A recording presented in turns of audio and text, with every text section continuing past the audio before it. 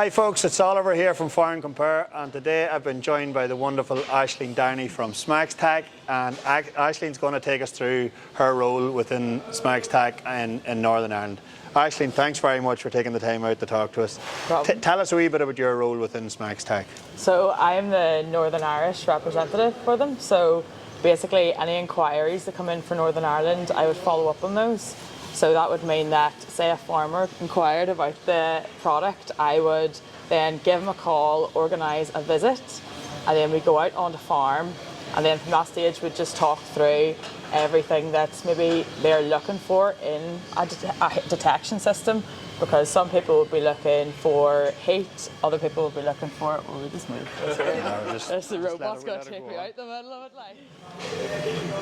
Sorry folks, we just got interrupted by a little lily factor there.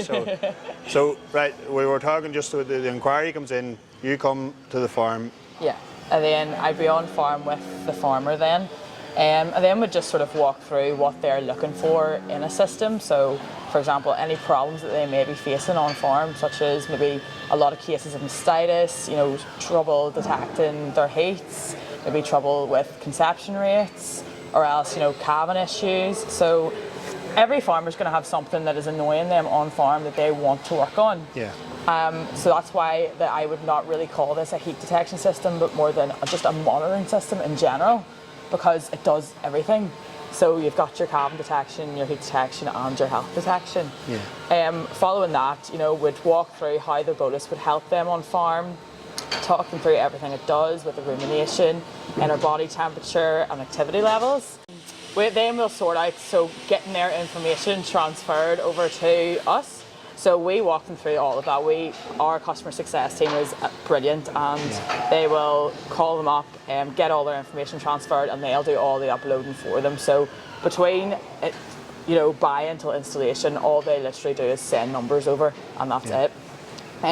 So we get their messenger set up, and then we organise the install.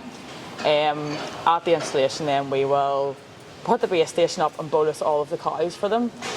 We do this because it means when we're, you know, assigning the boluses and everything, the farmer's able to then physically see how to do it, so there's no confusion then, and there's no sort of being left in the dark with just a box. So yeah, we're able to do all that. Then it means too, you know, they're able to see it then. If they have any cows, maybe they're going for colour or something and they don't want to bolus in, they're able to stand there and, you know, tell us which ones to go on, and we can just work away. So it takes a bit of the workload off for them as well. And see the wee bolus, then you match that to the ID of that particular cow. And see any other software systems that the farmer's using for herd monitoring, are they compatible? Yes, a lot of them are compatible, as long as they're cloud-based. Basically, they can link up with us. So it means like things like Uniform Agri, for example, that's used on this farm, we were able to integrate with them. Yeah. And it means that when information goes on to one system, it transfers automatically onto the other. So a farmer's not sitting sort of putting something into one system, something into the other. Just sort of saves them a bit of time. And what is some of the misconceptions that people, when they hear a bolus, you know, the retention and rates and things like that, what do you get when you... A lot of people ask me if the bolus is going to pass through the cow. Yeah. Which isn't possible. There's never been a bolus passed through any of the cows. Really, yeah? Not, never. It is a weighted bolus, so it's going to sit down in the stomach. A lot of the time when you hand them the bolus to feel, they'll know that anyway, because they feel that there's a bit of weight in it, but no, it'll never pass through. Another thing would be that a lot of people think they need Wi-Fi in their yard, but they don't. With our base station, we have a SIM card in it that does all this, so it's a 5G SIM card that does all of that connection anyway, so there's no need for Wi-Fi in your yard. So that's just a wee expense taken off it as well, I suppose. Yeah, brilliant stuff. And I suppose when you go onto farms, then you have different generations of farmers. Oh, 100%. The technology that's about on a farm now, and it has been adapted.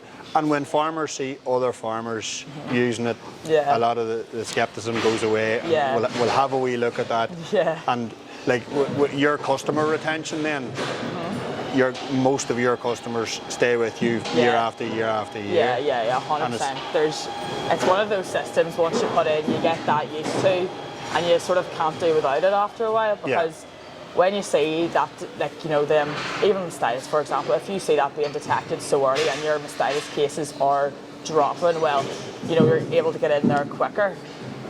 You know, you're not going to want to get rid of that. Yes, and exactly. If you're used to something doing all your heat detection as well, to the accuracy that ours does, and you see your conception rates going up, like you're not going to want to let that go either. So it's 100% worth putting in.